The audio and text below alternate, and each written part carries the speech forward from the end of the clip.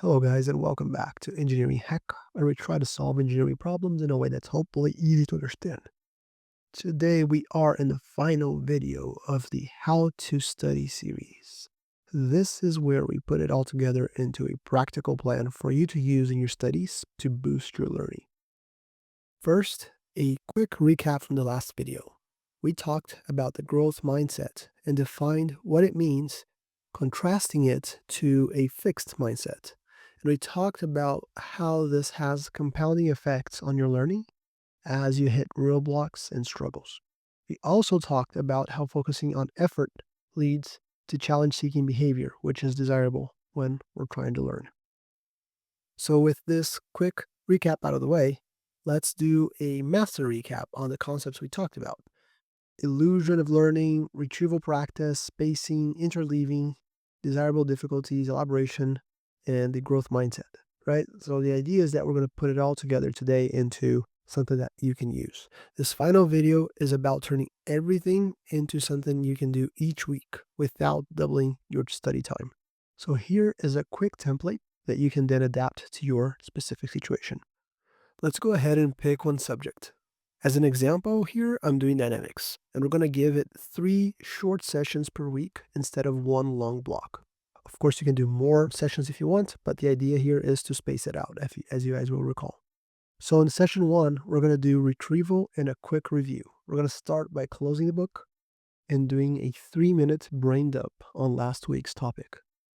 So free body diagram, Newton's laws, typical assumptions that you've been using and that you've seen your professor or your tutor use. Then you check your notes and fill any gaps from your brain dump. After that, pick 1 or 2 problems similar to the ones you've already seen.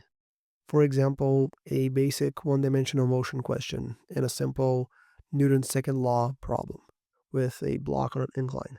And you want to solve that from memory before looking at any solution. This is important. You want to do something that has no novelty on this first phase. Okay. It's really just to get your, mojo going, if you will. Then we go to session 2, which is the mixed practice session. And here you deliberately want to mix types of dynamics problems instead of doing 10 of the same type. So prepare a small mix set, and that might have, one basic kinematic problem, position, velocity, acceleration relationships, one Newton's second law problem with friction, one pulley connected to a block, like the ones we have solved many times here in the channel, maybe one energy or impulse momentum problem, such as the block colliding with another block, and then, elastic or inelastic relationship, everything that you've been studying in your course or in the time that you want to, encompass in your learning session. You want to treat each problem as a mini test. You try it first and you check later, right?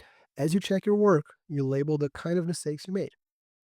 Was it the wrong free body diagram? Did you choose the wrong kinematic equation? Did you mess up any of the signs? Did you misread what the question was asking? This turns your practice into targeted repair instead of just doing more and more random problems. And then finally, session 3, elaboration and repair. You pick one concept you are still shaky on, and maybe this is relative motion, I don't know, projectile motion. And then you explain it in your own words.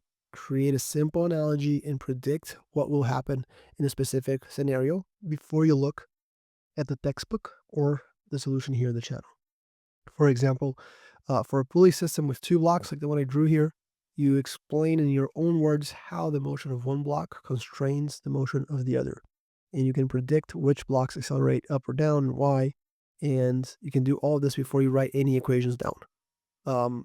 Then you look back at the mistakes you made earlier in the week and you do 1 or 2 quote unquote repair problems, right? That are easy, in the sense that are similar to the ones you already got wrong. Not necessarily easy for you because you're struggling with them, but very similar to the ones that you got wrong. The same type of free body diagram, the same style of kinematics, the same type of collision. The goal here is to fix the specific weakness or the specific concept that you got wrong before, not to just do more work for the sake of doing more work. And of course, I know a lot of these problems, they take more time. These 3 sessions together, they're less than 1 hour and a half, right? So you can do this, and you can do a few of these per week if you want. But it's much better for you to do many of these over a course of weeks and trying to cram it all into 1 week before the test, which is generally what students want to do. Um, and so this pattern that we talked about, you can run it over and over for any technical course. The structure is always going to be the same. You start the sessions with retrieval. You make sure to spread the sessions over days. You mix topics instead of blocking only one type. You build in some productive struggle. You then regularly explain and connect ideas in your own words. And finally, you reflect briefly on what's working and what isn't. You do not need to be a genius. You need a system that works. Not only that, you need a system that works with how learning actually happens in your brain. If you put this system in place, you'll probably feel more confused in the short term and more powerful in the long term. That's exactly what science of successful learning predicts. So hopefully you'll put this into practice, and I'd love to hear from you in the comments below and how this worked for you, where it did work, where it didn't. And as always, talk soon.